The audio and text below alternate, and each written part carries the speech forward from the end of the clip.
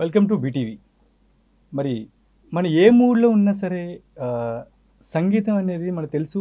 సంగీతం అనేది మన మూడ్ మార్చేస్తుందని చెప్పేసి, మరి ఈ రోజుల్లో దానికి ఉన్న ప్రాముఖ్యత గురించి తెలుసుకుందామని చెప్పేసి ప్రముఖ సంగీత మాస్టర్ గారిని శ్రీ పక్కి నాగేశ్వరరావు గారితో ఈరోజు మనం మాటామంతి కార్యక్రమంలో ఈరోజు మాట్లాడదాం. నమస్తే అండి మాస్టర్ గారు. నమస్తే అండి. చెప్పండి మాస్టర్ గారు, అంటే మీరు పుట్టింది ఎక్కడ, అంటే ఎక్కడ నేర్చుకున్నారు ఏంటనేది? నేను విజయనగరంలో పుట్టానండి. సంగీత అభ్యాసం చేసింది Vizianagaram MR music and dance కాలేజీలో అండి. నా గురువులు ప్రథమ గురువు శ్రీ విఏ నారాయణ గారు అండి. తర్వాత శ్రీమతి సిహెచ్ రాజ్యలక్ష్మి గారు, శ్రీ కేవి బ్రహ్మానందం గారు కూడా, వీరి దగ్గర కూడా నేర్చుకోవడం జరిగింది. ఎక్కువగా విఏ నారాయణ గారి దగ్గర నేను సంగీతం అభ్యసించి డిప్లొమా కంప్లీట్ చేశాను. అలాగే టెక్నికల్ ట్రైనింగ్ కోర్సుని కాకినాడలో కూడా అది కూడా చేసి ఈ మ్యూజిక్ ఫీల్డ్ అంటే ఇంట్రెస్ట్ ఉండి ఇందులోకి వచ్చానమాట. అంటే మీరు ఎన్నో ఏటి నుంచి ప్రయత్నించారండి నేర్చుకోవాలని? అలా ఎలా అనిపించింది మీకు అసలు నేర్చుకోవాలని? నేర్చుకోవడానికి అంటే నేను ఒక ఉద్దేశంతో సంగీతం నేర్చుకున్నాను. బట్ అది ఇంకో దానికి ఉపయోగపడింది. ఇప్పుడు కొంచెం ఫైనాన్షియల్ ప్రాబ్లమ్స్ దీనివల్ల నా ఎడ్యుకేషన్ సరిగా సాగలేదండి. దానివల్ల 10th క్లాస్ అయిపోయిన తర్వాత ఒక మెడికల్ షాప్లో జాయిన్ అయ్యి అక్కడ చేస్తూ ఇంటర్మీడియట్ ప్రైవేట్గా కంటిన్యూ చేస్తూ పాస్ అయ్యడం జరిగింది. ఈ మధ్యలో ఈ అమ్మవారి పండగకి, వినాయక చవితులకి ఆర్కెస్ట్రాలు పెడతారు కదండి. ఆ ఆర్కెస్ట్రాలు చూసేటప్పుడు అనిపించేది, ఓహో ఇలా ఆర్కెస్ట్రాల్లో పాడితే జనాల్లో మంచి పేరుతో పాటు ఆ రోజుల్లో కనీసం ప్రోగ్రాంకి 200-300 ఇచ్చేవారు. సో ఆ రోజుల్లో నేను ఉద్యోగం చేసే టైంలో నా జీతం నెలకి 400. ఒక రోజులోని పాడితేనే ఒక 200-300 వస్తుంది కదా.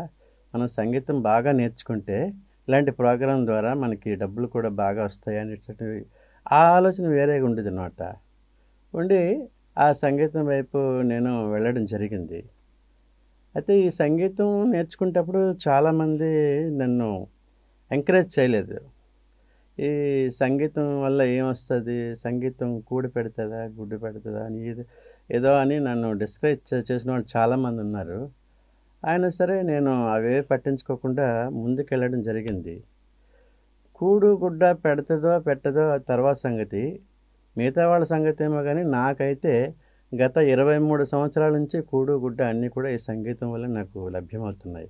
ఆ విషయం ఘంటాపథంగా నేను చెప్పగలను. అంతేకాకుండా సంగీతం నేర్చుకున్న వాళ్ళు ఎవరు కూడా చెడిపోయినట్టుగా నాకైతే అనిపించట్లేదండి. ఏదో విధంగా వాళ్ళు బాగుపడతారు. ఆ సరస్వతి ఎప్పుడూ కూడా వాళ్ళని నిర్లక్ష్యం చేయదని నా భావన అండి. మరి ఎంతమందికి అండి అంటే మీ తరఫున ఎంతమంది పిల్లలు నేర్చుకుని ఉంటారు?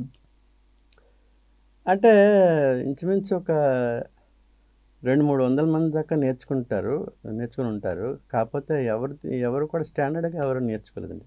ఇప్పుడు సంగీతం ఎలా అయిపోయిందంటే వచ్చిన వెంటనే 2-3 నెలలు నేర్చుకొని వెంటనే స్టేజ్ ఎక్కి పెర్ఫామ్ చేసేయాలి ఆ ఆడియన్స్ ముందు. అంత ఈజీ అనుకుంటా గుర్తింపు తెచ్చేసుకోవాలి. ఇది పిల్లల్లోనే కాదు పెద్దవాళ్ళలో కూడా ఈ ఆలోచన ఉందన్నమాట. అంతేకాకుండా ఈ కంపారిజన్ అనేటటువంటిది ఉంటుందండి. ఫలానా పాడుతా తీయగలని షణ్ముఖప్రియ 6 సంవత్సరాలకే పాడేసింది, మా అబ్బాయికి లేదా మా అమ్మాయికి 10 సంవత్సరాలు 12 సంవత్సరాలు అయినా వీళ్ళు ఎందుకు పాడలేకపోతున్నారు, ఇలా కంపారిజన్ చేసిన వాళ్ళే తప్పితే ఆ 6 సంవత్సరాలకి ఆ అమ్మాయి పాడింది అంటే దాని వెనకాతల ఆ అమ్మాయి బ్యాక్గ్రౌండ్ ఏంటి, ఆ అమ్మాయి ఎంత కృషి చేసింది, ఎంత సాధన చేసింది, వాళ్ళ ఇంటి వాతావరణం ఏమిటి, ఇవన్నీ కూడా ఆలోచించరు. జస్ట్ ఆ అమ్మాయి పాడింది, మా వాళ్ళు ఎందుకు పాడడం లేదు, ఈ ఆలోచనలే ఉంటారు తప్పించి మన వాళ్ళకి కూడా ప్రాపర్గా సంగీతం నేర్పిద్దాం అనేటటువంటి ఉద్దేశం తల్లిదండ్రుల్లో కూడా తక్కువని నేను చెప్పాలి. ఎక్కువ ప్రజల్లో గుర్తింపు తెచ్చుకోవడానికి తాపత్రయపడతారు కానీ గుర్తింపు కోసం మనం వెళ్ళడం అనవసరం నా ఉద్దేశం. మనలో టాలెంట్ ఉంటే ఆ గుర్తింపు మనల్ని వెతుక్కుంటూ వస్తుంది తప్పించి మనం గుర్తింపు కోసం వెతకడం అనవసరమని నా అభిప్రాయం ఉండేది. అంటే ఈ మధ్య మనం ఎక్కువ వింటూ ఉన్నాం, అంటే నిపుణులు ఎవరు అలా చెప్పారండి, అంటే మనం చదువుతో పాటు ఇంకేదైనా యాక్టివిటీ నేర్చుకున్నట్టయితే, ఆ పిల్లల చదువు అనేది వెనకబడుతుందంటారు. అది ఎంతవరకు నిజమండి? అంటే సంగీత పరంగా మనం మాట్లాడుకుంటే. అంటే ఏ పని చేయడం మానేస్తున్నారు చెప్పండి? జస్ట్ సంగీతం వల్లే చదువు పాడైపోతుంది అనడం అనేది కరెక్ట్ కాదు. సంగీతం వల్ల జ్ఞాపకశక్తి పెరుగుతుందని కూడా పేపర్‌లోని పెద్ద పెద్ద వాళ్ళు చెప్పినటువంటి దాఖలాలున్నాయి. అలాగే మ్యూజిక్ థెరపీ ద్వారా ఎన్నో రోగాలు నయం చేయవచ్చని ప్రముఖ సంగీత విద్వాంసులు బాలమురళీకృష్ణ గారు కూడా ఒక ఇంటర్వ్యూలో చెప్పారు. సో, మ్యూజిక్ నేర్చుకోవడం వల్ల మానసిక ఆనందం వస్తుంది. అంతేకాదు మెదడు కూడా ప్రశాంతంగా ఉండి చదివింది బుర్రలోకెక్కి చదువు తగ్గడం కాదు, ఇంకా చదువు పెరుగుతుంది. వాళ్ళని ఆలోచన శక్తి పెరుగుతుంది, జ్ఞాపక శక్తి పెరుగుతుంది. దాని ద్వారా వాళ్ళు మంచి మార్కులు సాధించి మంచి శ్రేణిలో ఉత్తీర్ణత అవ్వడానికి అవకాశం అయితే ఉంటుంది. అది నా అభిప్రాయం. అంటే ఇప్పుడు స్కూలుల్లో చూస్తున్నా అండి తెల్లవారు 6 గంటలకో, 7 గంటలకో చదువు మొదలుపెడుతుంటారు. అది రాత్రి 6 అయినా, 7 అయినా సరే సరిపోతుంది. అంటే మరి పిల్లలకంటూ ఆ టైం ఎక్కడ కేటాయిస్తే బావుంటుందంటారు? ఇప్పుడు పిల్లలు అదే పనిగా చదివినా ఇప్పుడు ఒక 5, 6 గంటలు ఇప్పుడు ఎంత చదివామని కాదండి. చదివింది ఎంత మనం అర్థం చేసుకున్నాం, మనకి నాలెడ్జ్ ఎంతొచ్చిందనేటువంటిది మనకు అవసరం. ఒక రోజుకి 5, 6 గంటలు చదివి వచ్చిన నాలెడ్జ్ చాలా కొంచెం అయ్యుండి, ఇదొక పద్ధతి పట్టుకుంటే, చదివింది ఒక అరగంటైనా మనం అర్థం చేసుకొని దాన్ని బ్రెయిన్‌లోకి ఎక్కించుకుంటే ఆ రిజల్ట్ వేరేగా ఉంటది.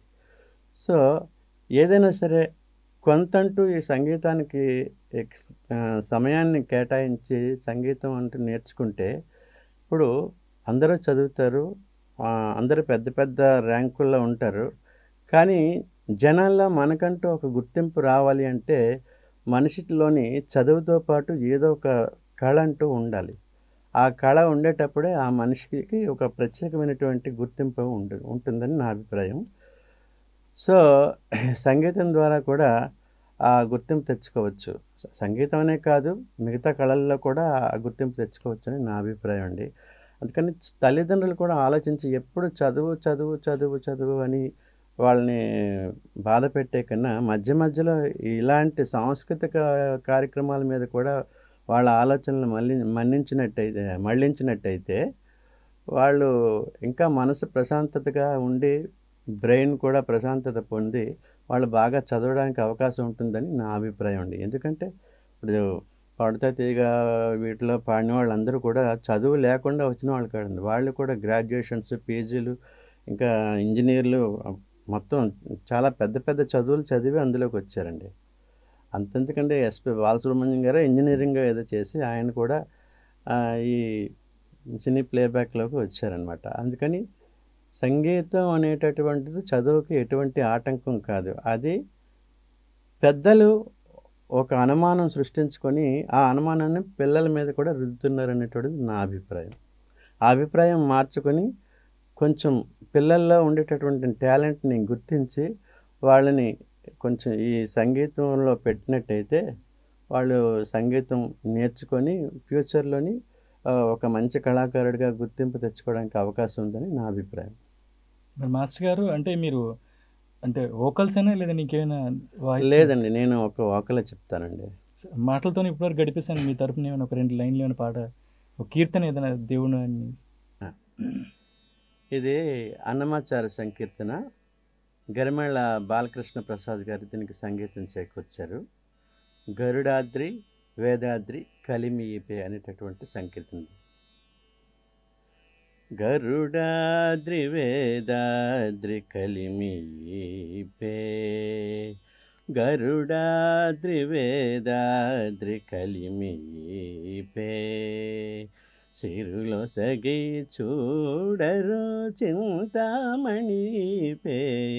గరుడాద్రి వేదాద్రి కలిమియిపే, సిరులొసగి చూడరు చింతామణిపే, గరుడాద్రి వేదాద్రి కలిమియిపే. పాల జలధి పుట్టిన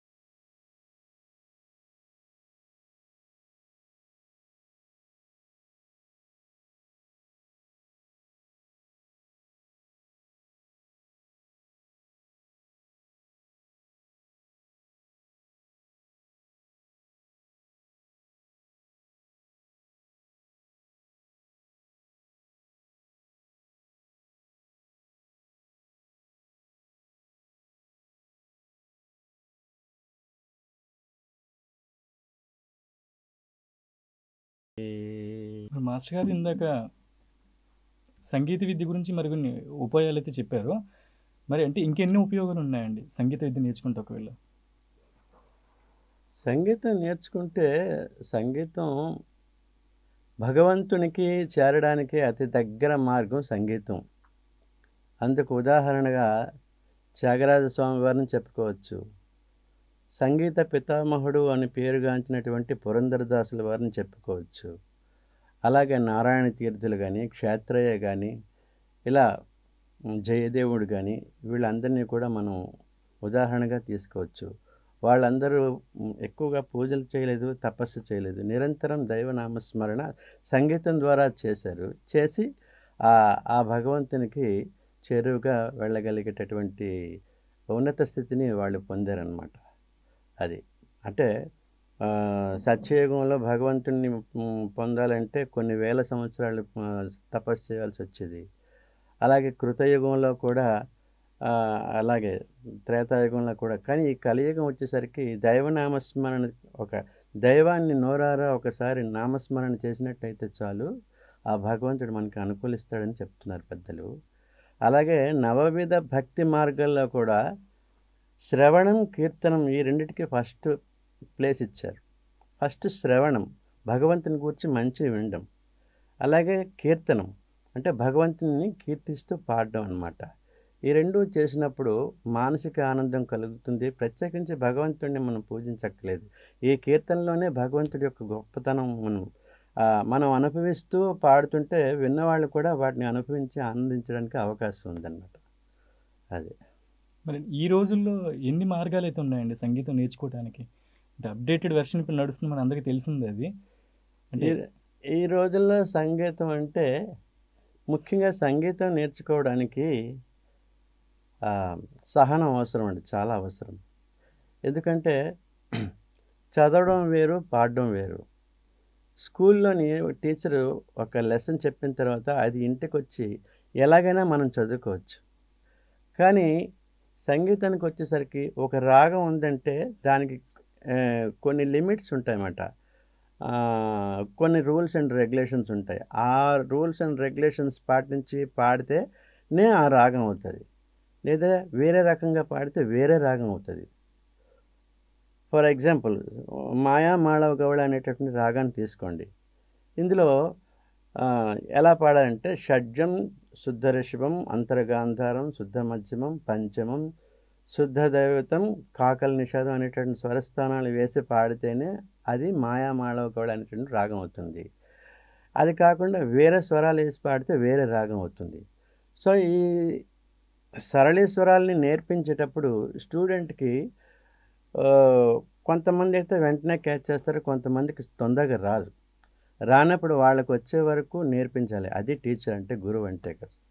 సో టీచర్ కూడా ఇన్నిసార్లు మన కోసం చెప్తున్నారంటే మనం దాన్ని జాగ్రత్తగా పాడాలి, నేర్చుకోవాలని ఆలోచించి సహనంగా, శిష్యులు సహనంగా నేర్చుకోవాలి, గురువులు సహనంగా నేర్పాలి. సహనం అనేటటువంటి ఇరువైపులా ఎవరికి లేకపోయినా కూడా రాణించడం కష్టం.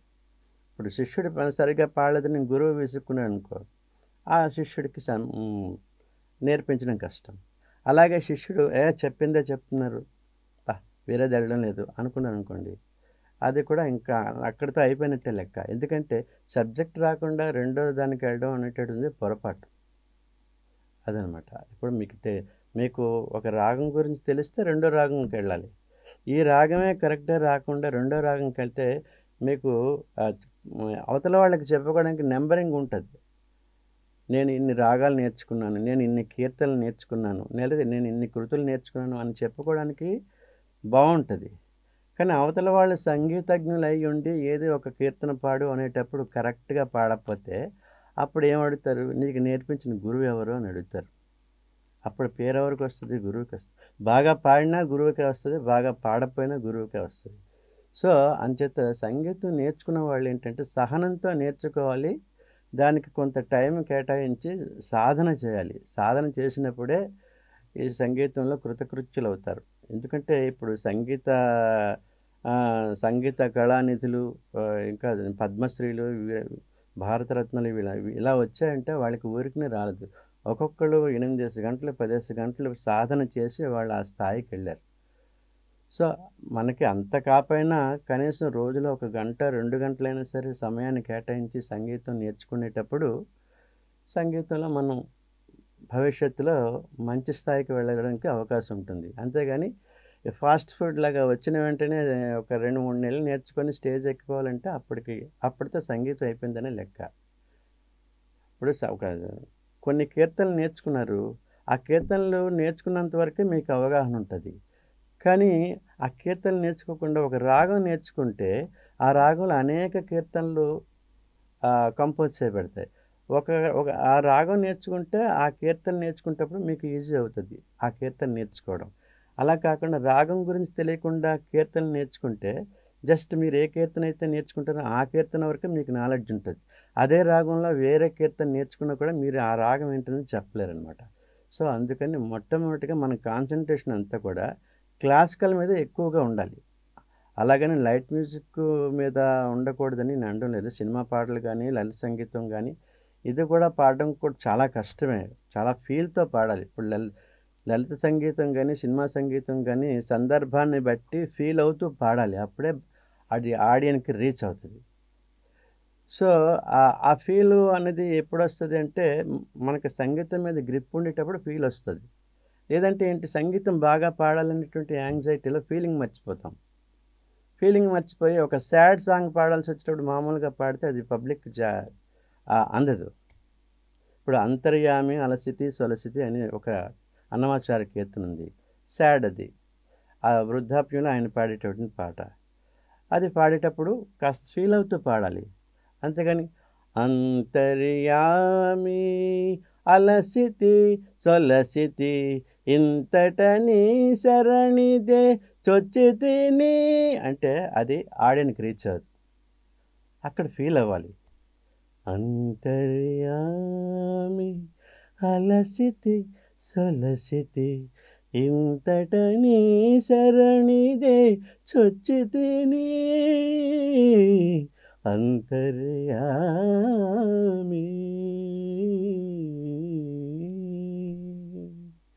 ఆ ఫీల్ అవుతూ పాడితే అప్పుడు ఆడియన్స్కి రీచ్ అవుతుంది అన్నమాట. వితౌట్ ఫీలింగ్ అది ఆడియన్స్కి రీచ్ అవుతుంది. ఈ ఫీలింగ్ అనేటటువంటి గాయకుడికి రావాలి అంటే ముందు ఆ పాట మీద ఆ రాగం మీద గ్రిప్ అంటూ ఉండాలి. ఆ గ్రిప్ ఎప్పుడు వస్తుంది? సంగీతాన్ని కరెక్ట్గా నేర్చుకునేటప్పుడే ఆ రాగం గురించి సరైన అవగాహన ఉండేటప్పుడు ఆ ఫీలింగ్ అనేటువంటిది ఆటోమేటిక్గా వస్తుంది. ఫీలింగ్తో పాడినటువంటి ఏ పాట అయినా ఆడియన్స్లకి వెళ్ళి అది సక్సెస్ అవుతుంది. అది మాస్టర్ గారు అంటే ఇన్నాళ్ళు విద్య అంటే గురువు దగ్గరికి ఒక స్టూడెంట్ వెళ్ళి నేర్చుకునే పద్ధతులు అయితే ఉండేవి. మరి ఇప్పుడు కొత్త కొత్త పద్ధతులు అయితే వచ్చాయి. ఇప్పుడు ఆన్లైన్ క్లాసులని అవన్నీ రివర్స్ అయింది ఇప్పుడు. అవునండి. ఇప్పుడు స్టూడెంట్ వెళ్ళి గురువు దగ్గర నేర్చుకుంటుంది. గురువే స్టూడెంట్ దగ్గరికి వచ్చి నేర్చుకోండమ్మా బ్రతిమాలుతున్నా కూడా ఖాళీ లేదని తల్లిదండ్రులు చెప్తున్నారు. మా వాడు ఉదయం వెళ్ళిపోతే మళ్ళీ ఏ రాత్రికో వస్తాడండి, వర్కులతో వాడు బిజీ అండి చెప్తున్నారు. మరి అలాంటప్పుడు ఏం చేస్తాను చెప్పండి? నేర్చుకోవాలంటే ఏదో ఒక మార్గం ఉంటుంది. మనసు ఉంటే మార్గం ఉంటుంది అంటారు. నేర్చుకోవాలి అనేటటువంటి ఒక ఆకాంక్ష అయితే ఉంటే గనుక ఎలాగోలా వీలు చూసుకొని నేర్చుకోవచ్చు. అలాంటి ఆకాంక్ష అనేది లేకపోతే ఇలాంటివన్నీ కూడా వస్తుంటాయి అన్నమాట. సో అది ఆ పేరెంట్స్ మీద నేర్చుకునేటటువంటి విద్యార్థుల మీద ఆధారపడి ఉంటుందన్నమాట. ఒకళ్ళు బలవంతం పెట్టి ఇందులోకి తోస్తే విద్య రాదు. స్వతహాగా ఇంట్రెస్ట్ ఉండి నేర్చుకుంటే ఆ విద్య రాణిస్తుంది. ఆ విద్య బాగా నేర్చుకోవడానికి అవకాశం ఉంటుంది అన్నమాట. అంటే ఇప్పుడు గురువు గారి దగ్గరికి వెళ్ళి విద్య నేర్చుకునే విద్య ఎన్నాళ్ళు అయిపోయింది అనుకున్నాం కదండి. ఇప్పుడు ఆన్లైన్ క్లాసెస్లో నేర్చుకుంటున్నారు. అంటే వాళ్ళు అక్కడ నేర్చుకునేది ఇక్కడ నేర్చుకునేది ఒకేలా ఉంటుందంటారు? ఏదైనా లైవ్ వేరు, ఆన్లైన్ వేరు. ఇప్పుడు లైవ్ మన ఇద్దరం మాట్లాడుకుంటున్నాము. మీరు ఏదైనా తప్పు వస్తే నేను చెప్పడానికి అవకాశం ఉంటుంది. తాళం వేసేటప్పుడు మీకు తాళం తప్పు వచ్చినా సరే నేను ఇలా వెయ్యాలి అని మీకు చూపించి మీ చేత చేయించడానికి అవకాశం ఉంటుంది. ఆన్లైన్లో అలా కాదు. లిమిటెడ్ పీరియడ్ అది. ఒక అరగంటో గంటకో మాట్లాడుకుంటాం. గంటకి ఎంత అని మాట్లాడుకుంటాం. ఆ గంటలోనే మనం ఏం చెప్పగలం, ఏం చెప్పలేం. ఒకవేళ థియరీ గురించి చెప్పినా అవతల వాళ్ళు టైం వేస్ట్ అని భావిస్తారే కానీ ఇది కూడా సంగీతంలో ఒక పార్ట్ అని వాళ్ళు ఆలోచించరన్నమాట.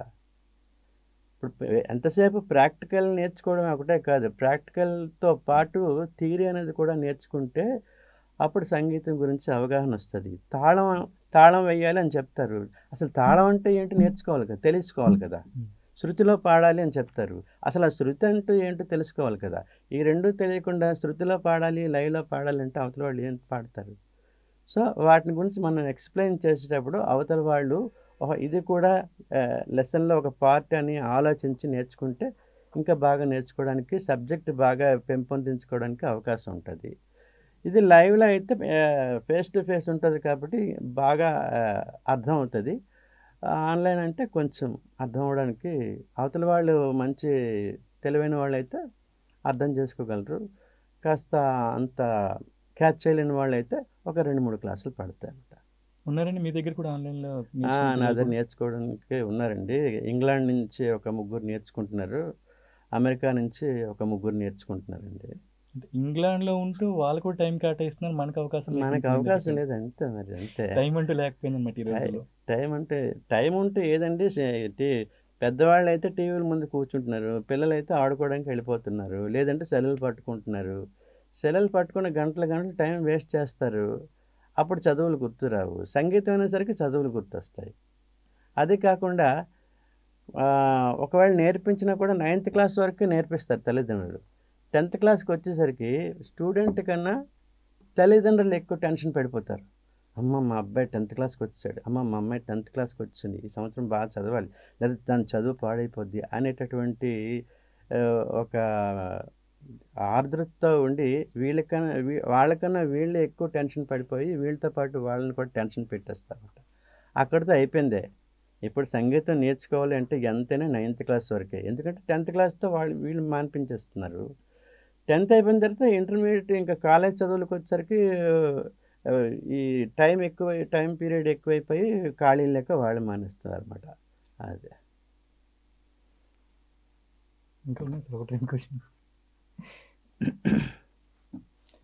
మరి అప్పట్లో మనం వినేవాళ్ళండి, పురాణాల్లో గట్ట వినేవాళ్ళు, అంటే సంగీతానికి రాళ్ళు సైతం కరిగేవి అన్నీ ఉంటాడు, మనం వినే ఉంటాం ఆల్రెడీ. అంటే అది నిజమే అంటారా? నిజమే అండి, మనసు పెట్టి పాడితే రాళ్ళేటి భగవంతుడు కూడా కరుగుతాడు, కాదంటారా చెప్పండి. భగవంతుని సృష్టి కదా రాయి, భగవంతుడే కరిగేటప్పుడు రాయి ఎందుకు కరగదు? కరుగుతుంది, కానీ మనసు పెట్టి పాడాలి. మనసు లేకుండా పాడితే దానికి ఏముంటుంది? ఇప్పుడు ఏదైనా ఒక వంటకం చేసామంటే మనసు పెట్టి వండితే ఆ పదార్థం రుచిస్తుంది. మనసు పెట్టి వండకపోతే ఆ పదార్థం రుచించదు కదా, తిన్నవాళ్ళకి అంతా వేస్ట్ అయిపోతుంది. అదే మనసు పెట్టి వండితే తిన్నవాళ్ళు చక్కగా ఆస్వాదిస్తూ తింటారు. అలాగే ఒక పాట అయినా పద్యమైనా శ్లోకమైనా సరే మనసు పెట్టి పాడాలి. పాడితేనే అప్పుడు పాడిన వాళ్ళకి మానసిక ఆనందంతో పాటు ఒక విధమైనటువంటి శాంతి కూడా చేకూరుతుంది, విన్నవాళ్ళు కూడా ఆనందింపగలుగుతారు. అవతల వాళ్ళు కూడా సంగీత ప్రియులయ్యి కొంచెం సంగీతం మీద అవగాహన ఉన్న వాళ్ళైతే వాళ్ళు కూడా ఆనందించగలరు. ఇప్పుడు ఏంటంటే శాస్త్రీయ సంగీతానికి ఇక్కడ అవకాశాలు తగ్గిపోతున్నాయి, ఇక్కడ వెస్ట్రన్ సంగీతానికి ఎక్కువ అవకాశం మొగ్గు చూపుతున్నారు అన్నమాట. సో ఇక్కడ వైజాగ్ కన్నా కొంచెం బెటరు హైదరాబాద్, అక్కడ కొంచెం అవకాశాలు ఉన్నాయి, అక్కడ కొంచెం శాస్త్రీయ సంగీతం మీద మక్కువ చూపి నా ఫ్రెండ్స్ చాలామంది అక్కడికి వెళ్ళి ఇప్పటికీ కూడా క్లాసులు చెప్పి ఆయన చక్కగా లైఫ్ లీడ్ చేస్తున్నారు. హైదరాబాద్ కన్నా చెన్నైలో ఇంకా ఆదరణ ఉంది శాస్త్రీయ సంగీతాన్ని. ఏటొచ్చి మన తెలుగు రాష్ట్రాల్లో మాత్రం దీనికి సంగీతానికి ఆదరణ తక్కువ. అంతెందుకండి, నాద బ్రహ్మ అయినటువంటి త్యాగరాజ స్వామి ఆరాధనోత్సవాలు కళాభారతిలో చేస్తారు, 3 రోజులు 5 రోజులు చేస్తారు. అక్కడికి వెళ్ళి చూడండి, మొత్తం ఆడిటోరియంలోని ఒక 15 మంది 20 మంది కన్నా ఎక్కువ ఉండరు. వాళ్ళు ఎంతో వ్యయ ప్రయాసలు కోర్చి 5 రోజులు ఉత్సవాలు చేస్తారు. తీరా చూసేసరికి ఆడియన్స్ అనేటువంటి వాళ్ళు ఉండరు, కళాకారులు వస్తారు, వాళ్ళ మట్టుకు వాళ్ళు పాడుకుంటారు, వెళ్ళిపోతారు. ఇదే చెన్నైలో చూడండి, సినిమా టిక్కెట్లు మనం తీసుకొని మనం ఎలాగైతే సినిమా చూడడానికి ఉత్సాహం చూపెడతాం, సంగీతం వినడానికి వాళ్ళంత ఉత్సాహం చూపించి టిక్కెట్లు కొనుక్కొని మరీ సంగీతం వినడానికి వెళ్తారు. సో అందుకని ఇక్కడ మన విద్వాంసులు చాలామంది చెన్నైకి మకాం మార్చడానికి కూడా కారణం అదే. అక్కడ ఎక్కువ అవకాశాలు వస్తాయి, అందరూ ఆదరిస్తారు. సామాన్య జనం కూడా సంగీతం గురించి అడిగితే చెప్పగలిగే నాలెడ్జ్ అక్కడ ఉంది. ఇక్కడ సంగీతాన్ని ఆదరించకపోగా తిరిగి వెటకారిస్తారు.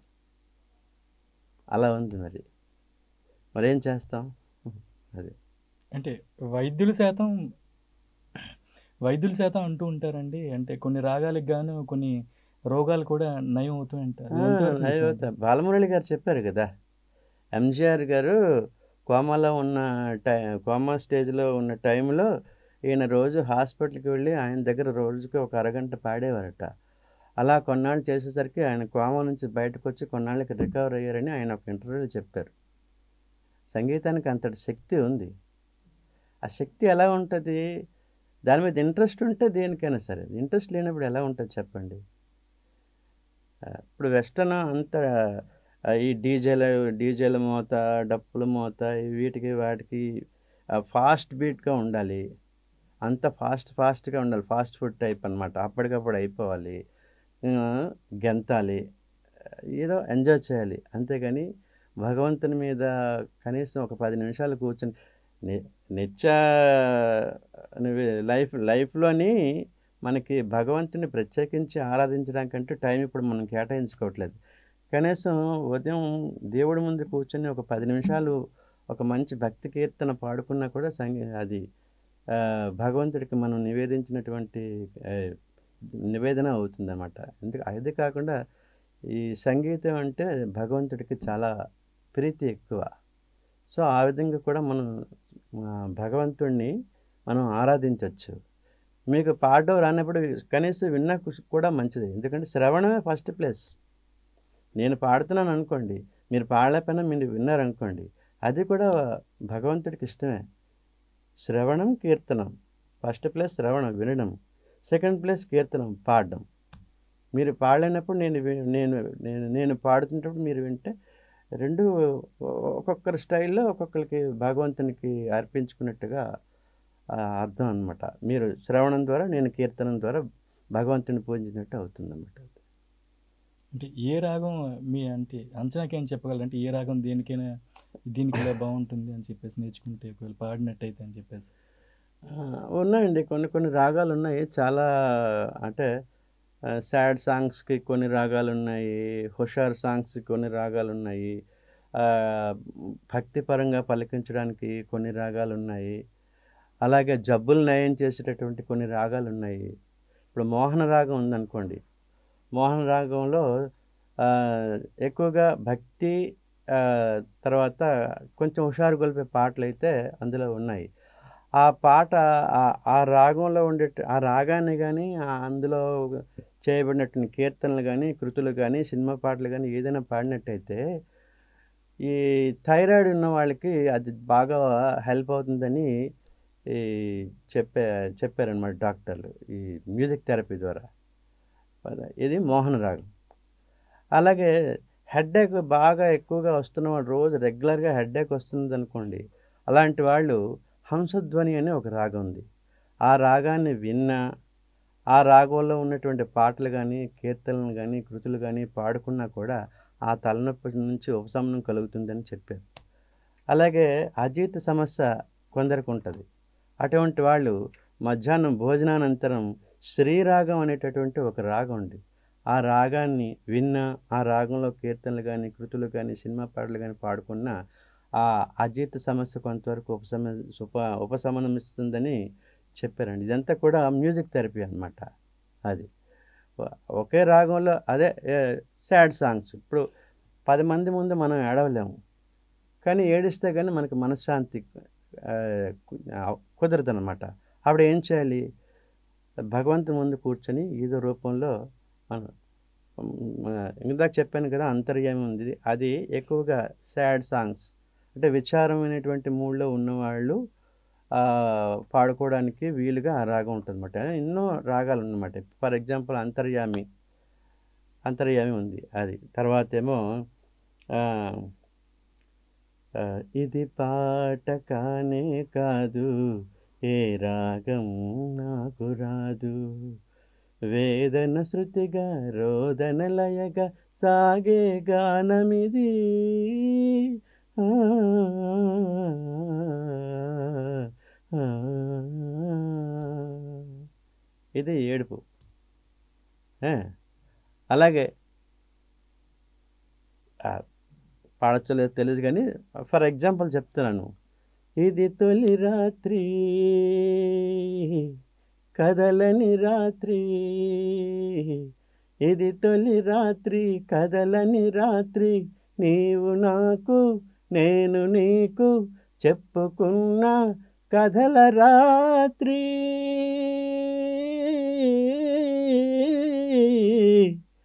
ప్రేయసి రావే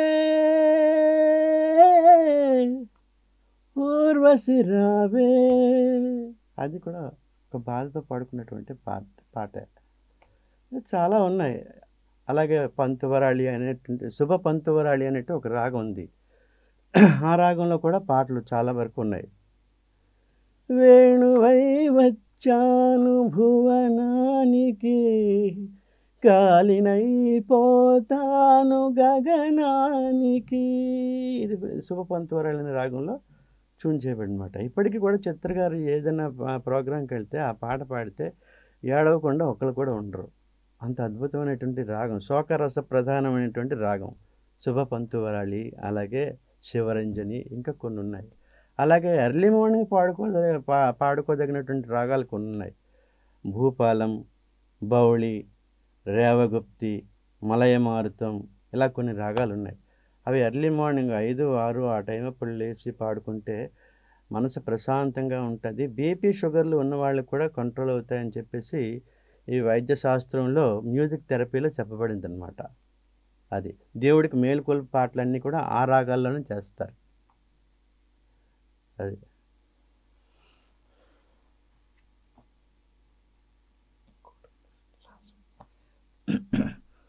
అంటే మరి ఇప్పుడు లలిత సంగీతం ఉంది కదండి, అట్లే శాస్త్రీయ సంగీతం ఉంది.